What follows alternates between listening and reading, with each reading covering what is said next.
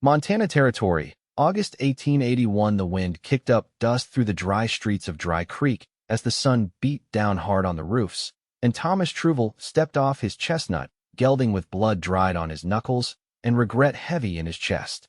He had not meant to kill the man. But when the debt collector started dragging a girl down the boarding house steps by her wrist, screaming about repayment, something in Thomas snapped. He had not even drawn his gun, just used his fists. The man lay slumped on the wooden porch, groaning, and Thomas stood over him with his breath coming hard. The girl, no, woman, had not screamed. She had not run. She had just looked up at him with wide, stunned eyes, her lips split and one sleeve torn halfway down her arm. She looked about 20, maybe a little older. Her dress was plain, her hair the color of wheat left too long in the sun, and her eyes were the kind that stayed in your memory even when you tried to forget everything else, gray, clear, and tired. "You all right?" Thomas asked, voice rough from the ride and the fight. She nodded, then shook her head. "No, not really." Her name was Elira Cavan. She had come west with her father after her mother died in Kansas, following rumors of a better life past the divide. Her father caught a fever last winter and never rose again. The debts had followed. The man on the porch was the last of them, or so she hoped. Thomas looked back at the man, who was now slinking to his feet, clutching his side. "You come after her again," Thomas said. "I will bury you myself." The man limped off without answering, hate in his eyes. Thomas watched until he was gone, then turned back to her. "They will come again," Elira said quietly. "Debts do not disappear." Thomas nodded once. "Then I guess I had better make sure you are not here when they do." "I do not know you," she said, blinking like she could not make sense of the offer.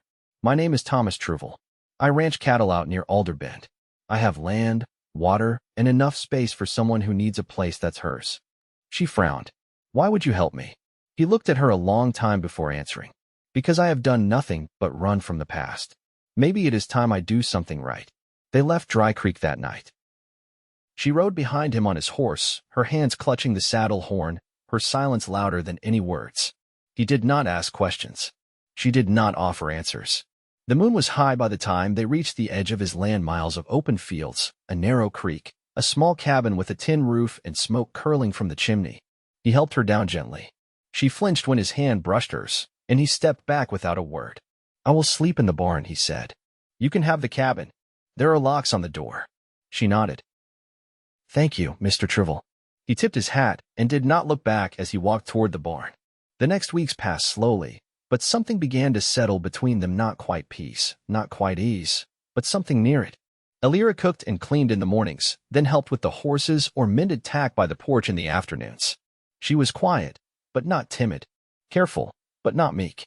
She rarely smiled, but when she did, it was small and real and stopped Thomas where he stood. He never asked about her past. She never asked about his. But some nights, sitting across from each other by the fire, he could feel her watching him the same way he watched her, like they were both trying to understand why it felt easier to breathe when they were near each other. One evening, after weeks of dry heat, a storm rolled over the hills. Rain hammered the tin roof, and wind pressed hard against the windows. Thomas stood to head back to the barn as usual, but Elira caught his arm. "You do not have to go out there," she said. "You will get soaked." He looked down at her hand on his sleeve. Her fingers were small but steady. "I do not want you to feel cornered." "I do not," she said.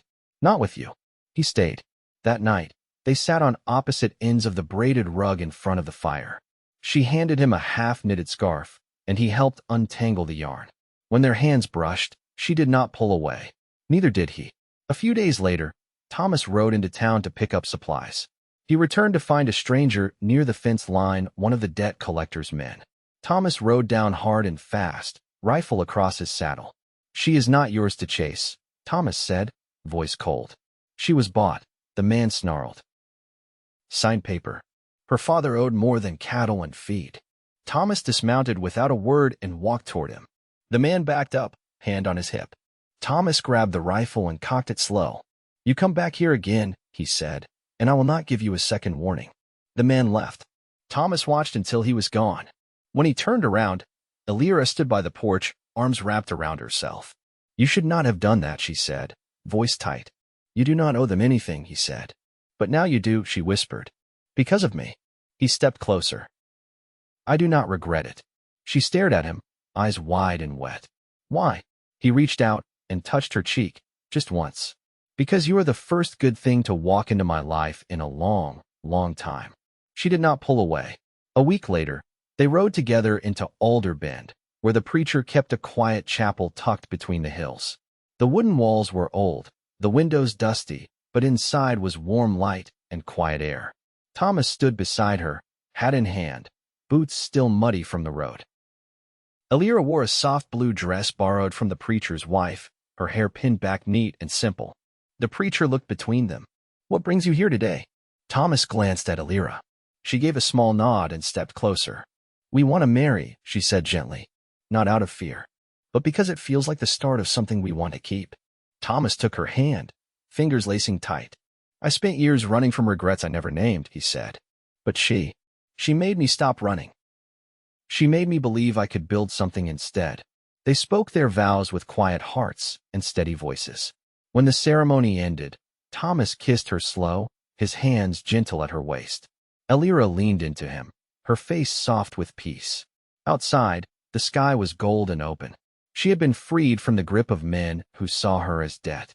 And he had been freed, too, from the weight of sorrow, from the ache of past choices. In that tiny frontier chapel, with nothing but wind and hope around them, they found something neither had dared dream of. Something real, something lasting. The spring came slow to the land around Alder Bend, the kind of slow that made you feel every degree of warmth as it crept into the ground. Snow melted in patches beneath the cottonwoods, and the creek ran a little faster each day. Thomas had started repairing the south fence, which sagged toward the gulch, and Elira had taken to tending the soil near the cabin, turning it over with her skirts tied up and her sleeves rolled past her elbows. He watched her sometimes while he worked, not out of need, but out of something quieter. She moved with purpose, every motion measured, like she'd learned there was no use wasting energy on anything that didn't matter. Her hands were calloused in places now, and her shoulders didn't flinch when the wind picked up. One afternoon, she stood from the garden bed with a hand pressed to her lower back and looked toward the hills. "What's that smoke?" He walked to her side and followed her gaze. A thin stream of gray rose beyond the ridge, too thin for wildfire, too still for any rancher's burn pile. "That's closer to the old logging camp," he said. "Ain't been anyone out that way in some years." She wiped her brow with her forearm. "Could be someone passing through?" "Could be," he said, though he didn't like the feel of it. They rode out after supper, the air still holding the scent of ash from her cooking fire. She said little, only glancing his way once when they crossed the shallow stream where the trail narrowed. He looked back, steady. "I'll ride ahead," he said. She didn't argue. They found what was left of a wagon half-burned near the base of the tree lean, a woman's shawl caught on a branch nearby. No bodies. No signs of livestock. Just the smell of smoke and the silence after something bad. Elira crouched beside a scorched trunk, her fingers brushing a child's tin cup, half buried in the ash. "They were heading west," she said, voice low. "The wheel ruts don't turn back." He knelt beside her. "You think they made it out before the fire?" "I don't know," she said. "But someone wanted them gone." They found a trail leading away from the wreck, boot prints and smaller tracks beside them. Thomas followed it until the light dimmed behind the hills, then turned back. As they rode home, Elira said, "You ever run into trouble before you came here?" He didn't answer right away. "There was a man in Colorado," he said finally. "Owned too much land and didn't care whose lives he burned to keep it. I tried to stop him. Thought I could make things right. And buried 2 ranch hands when it was done. Walked away after." She didn't reach for him, didn't speak comfort. Just rode alongside, her presence steady as the dusk. That night, she moved their blanket closer to the hearth without a word. He lay beside her, not touching, but near enough to feel her breath rise and fall. "I used to think I'd never feel safe again," she said into the dark. "Not in a place. Not with a person." He turned his head toward her. "Do you now?" "I think I might," she said. "But it's not a feeling that comes easy." He nodded, though she couldn't see it. "I'll wait. As long as it takes." When the morning came, she was already outside, kneeling beside the garden bed. He joined her, handed her the seed sack without being asked. She glanced up. "You know what you're doing with onions?" "Not a clue," he said, voice dry. She smiled, not small this time, but wide enough to show the edge of something new. He smiled back, and they planted side by side, earth under their nails, shoulders brushing now, and then as the sun rose behind them. By late May, the creek had swelled with meltwater and the cattle grew restless with the scent of green in the air. Thomas had taken to riding the southern perimeter at dawn, checking for broken posts or signs of wolves, leaving Elira to tend the cabin and the growing shoots in the garden. She'd coaxed lettuce and beans from the soil with a patience he didn't understand but admired just the same. That morning, when he returned with mud on his boots and a patch of blood on his shirt from a barbed wire scrape, she stood in the doorway with a folded cloth in her hands. Her eyes went to the stain, but she didn't flinch or scold, just stepped aside and said, "Sit." He settled on the porch bench. She dipped the cloth in warm water and pressed it to the cut. He hissed through his teeth. "You're lucky it didn't tear deeper," she said, eyes narrowed with care more than criticism. "I never claimed to be graceful," he said, watching her fingers work. She didn't laugh, but something in her expression softened. "You're not reckless, either. That matters." He studied her face. "You always this steady with blood?" Her hands paused. "My mother bled near to death bringing my brother into the world. I was 12. I held the basin while she screamed." Thomas didn't speak. There were no words to meet that with. "She lived," Elira added after a moment. "But she never walked without a cane again." He reached for her wrist gently. "Thank you for this." She met his gaze. "You don't need to thank me for tending my husband." He didn't let go of her wrist right away. She didn't pull it back. Later that week, a letter arrived by courier from a rancher's widow to the north. She'd heard word of a family missing on the West Trail, folks from Missouri with 3 children and a wagon full of tools. Thomas and Elira sat at the table, reading the page by lantern light, the edges trembling in Elira's hands. "They could have been the ones by the old camp," she said. "Looks that way." Elira folded the letter carefully. "If they're still out there, they'll need help." Thomas nodded. "You want to ride out tomorrow?" She looked up at him. "Yes, I do." They packed light dried meat, clean bandages, a coil of rope, and left before first light. The horses moved sure beneath them, hooves muffled in the wet grass. They followed the faint trail past the ridge where the wagon had burned, then further west into the pine-blanketed hills. By midday, they caught signs: a broken bootlace, a child's ribbon snagged on a branch, a patch of turned earth beside a pine. Elira dismounted and brushed back the leaves. Underneath, a bundle of cloth tied with twine. Inside, 3 tin cups and a child's wool glove. "They cached what they could," she said. "Means they plan to return." Thomas scanned the trees. "Which means they're nearby." They found them in a shallow gully 3 ridges over, a man with a limp, a woman with raw hands, and 3 children huddled beneath a makeshift lean-to of pine boughs. The eldest boy stood when he saw Thomas approach, a stick gripped tight like a weapon. "You with the ones who burned our wagon?" he asked, voice shaking. "No," Thomas said gently. "We're not." Elira stepped down from her horse, hands open. "We saw the smoke. We came to help." The boy didn't lower the stick, but his eyes darted to his mother, then back. "We've got food," Elira said, "and we can take you somewhere safe."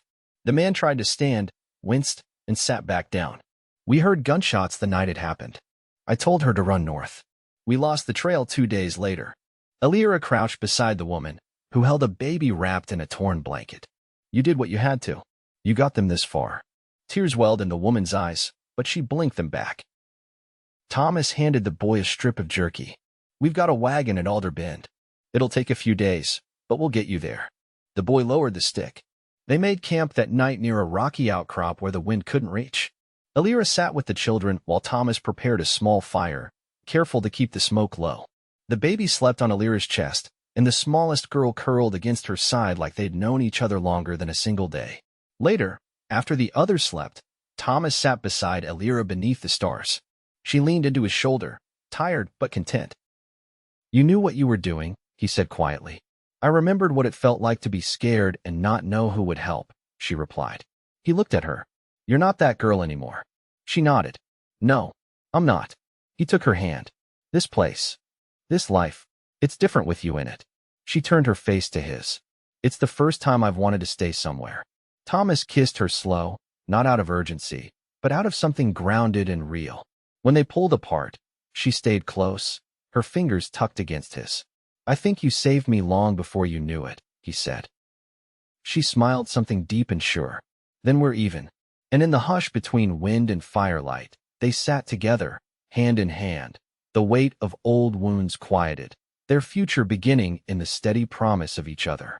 The wagon rolled into Alder Bend behind two slow-stepping mules, its wheels creaking under the weight of the family they'd rescued and what little they had managed to carry with them. Elira rode beside the youngest child, keeping an arm around her as they passed through the cottonwoods that lined the approach to the town. The child had clung to her since they left the gully, her silence unbroken except for one soft-spoken word when Elira had offered her a cup of warm broth, "Mama." Thomas walked ahead, leading the team, his jaw tight. He hadn't spoken much since that morning. The boy Will, he'd said his name was, had asked him question after question about the land, the cattle, the kind of trees that grew near the creek, and Thomas had answered each one carefully, but his mind had been elsewhere. They brought the family straight to the old schoolhouse that had been shuttered since the teacher left for Butte the year before. The preacher met them there, sleeves rolled, already gathering blankets and kindling from his cart. "They'll be safe here for now," he said, nodding toward the family huddled by the stove. Thomas placed a hand on the man's shoulder. "We'll check on them tomorrow." As they turned to leave, Elira hesitated. "I'll come back in the morning to help the mother wash. She's too sore to manage it alone." The preacher gave a short nod. "I'll bring water in early." Back on the trail, Thomas didn't speak until they'd passed the bend where the grass grew high enough to brush the stirrups. "She shouldn't have had to carry all that," he said. "She didn't choose to," Elira replied. "But she didn't fall under it, either." He looked over. "You think they'll stay?" "If they're smart," she said. "But that boy's got wandering in his eyes." Thomas gave a faint grunt. "I see it." They rode on in quiet, the sun lowering behind the distant ridgeline. When the cabin came into view, Thomas slowed his horse and glanced toward the barn. "Elira," he said, voice lower now, "you ever think about what you want beyond surviving?" She pulled her reins gently, turning to face him. "I've started to," she said. "Most days now, it's something I let myself do." "What do you see?" The question hung there, soft as dusk. "I see rows of squash and early corn," she said slowly. "I see shirts drying on a line. I see," her voice caught, not from nerves, but from the weight of saying it aloud, "a cradle, maybe. One day." Thomas looked at her, and the muscles in his face shifted. "You think we'd be good at that?" "I think we already are," she said, "just not for ourselves yet." He dismounted, tied the reins loosely, and walked the last few steps to her side. "You're not afraid anymore," he said, searching her face. "I still get afraid," she said. "But not of you. Not of here." He touched her waist, his hand resting there like it belonged. "I want that future with you." "Then we'll build it," she said. That night, the fire burned low, and they shared bread and beans by lamplight. After the meal, she reached for his hand and drew it to her lap without words. He didn't pull away, just watched her fingers trace the ridges of his knuckles, the small scar by his thumb from a long-forgotten break. "When I first saw you," she said, "I didn't know what to make of you. You looked like someone who'd already lost everything." "I had," he said. "Until you." She leaned forward, their foreheads touching, nothing hurried between them, just the quiet understanding of two people who had found shelter in each other. Outside, a soft rain began to fall on the roof, slow, steady, and full of promise. The meadow bloomed by mid-June, and with it came the first signs that the land was settling around them, birds nesting in the tall grasses, bees shifting through the wildflowers that crept up along the cabin's edge, and the steady rhythm of work that no longer felt like survival. It was the kind of peace that didn't speak loudly but made itself known in the simplest ways. Clean linens airing in the sun, boots left side by side near the door, 2 cups cooling on the porch rail. Elira stood barefoot in the garden one morning, her hem damp with dew, watching Thomas repair the roofline of the smokehouse. He worked without hurry, sleeves rolled, the hammer rising and falling in quiet, practiced motions. She didn't speak, just took in the shape of him, broad, steady, unchanged in his silence, but different now in the way he noticed her watching and smiled with his eyes alone. When he came down off the ladder, she handed him a small biscuit wrapped in cloth. He took it but didn't eat right away. "You ever think about leaving it all behind?" he asked.